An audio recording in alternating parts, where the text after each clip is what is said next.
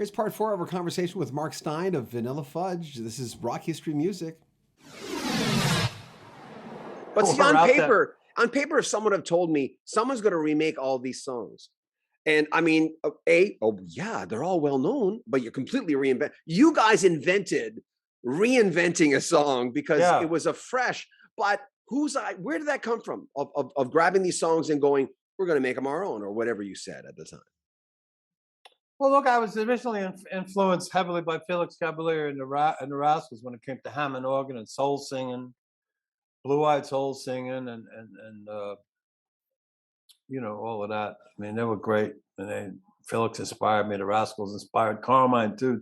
Dino Danelli was an incredible drummer, and just the whole band. Gene Cornish, Eddie Brigatti, as a quartet, they just blew me away. My as a teenager. And that's who I wanted to. That's what I wanted to do.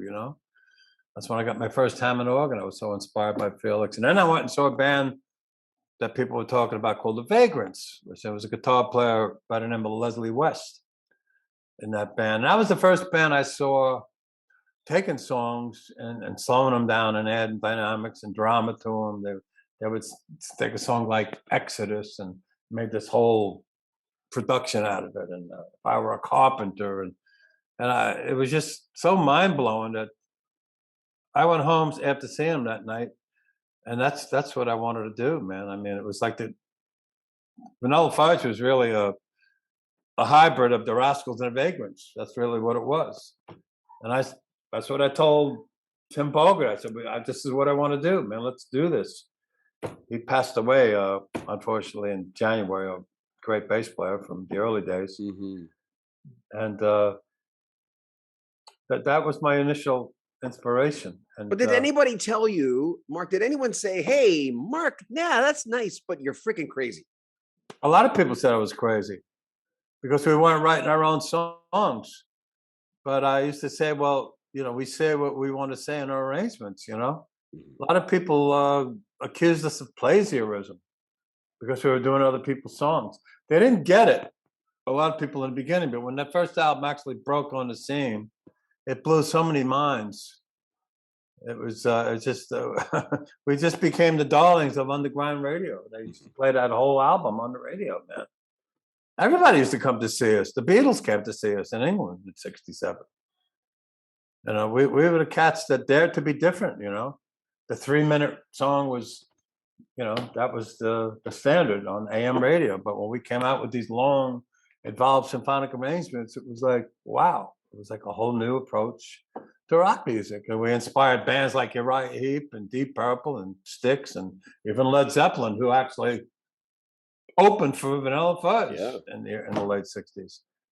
We were the center of the pop music universe in those days. What were your parents' reaction to you doing what you do, to you being in music? Did they get what you were doing?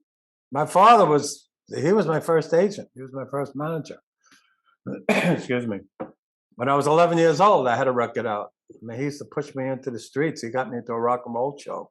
I used to play guitar and sing like Buddy Holly songs and all those, that era, that late 50s era, Buddy Holly and the Big Bopper and Richie Valens and all that stuff. I was actually on a show. I had cut a record when I was 11 years old. I was on TV with Wayne Newton and Sam Cooke in Washington, D.C. when I was in grammar school. How do you like that? Wow. Pretty crazy. My father was, he wanted me to always be a star. That was his big elation in life. And when I became popular with Vanilla Fudge, it was like, forget it. He became happy and famous vicariously. I was his son, and that was his whole life. Do you remember what he told you after Ed Sullivan? Do I remember? He was numb. I told you I had called up my mom and dad, and I mean, it was just I mean, it was great for everybody, as I mentioned before. Of course, when Fudge broke up, he was devastated that happened back then. My mom was kind of like, she could never believe it was happening until it actually happened. She couldn't believe it, pretty amazing to be 20 years old and No kidding. be on that level so young, you know. Why? Pretty hard to take too. First fame was difficult. Hope you enjoyed that. Make sure you comment on our video, subscribe to our channel, and share our videos. I'm John Beaudin from Rock History Music.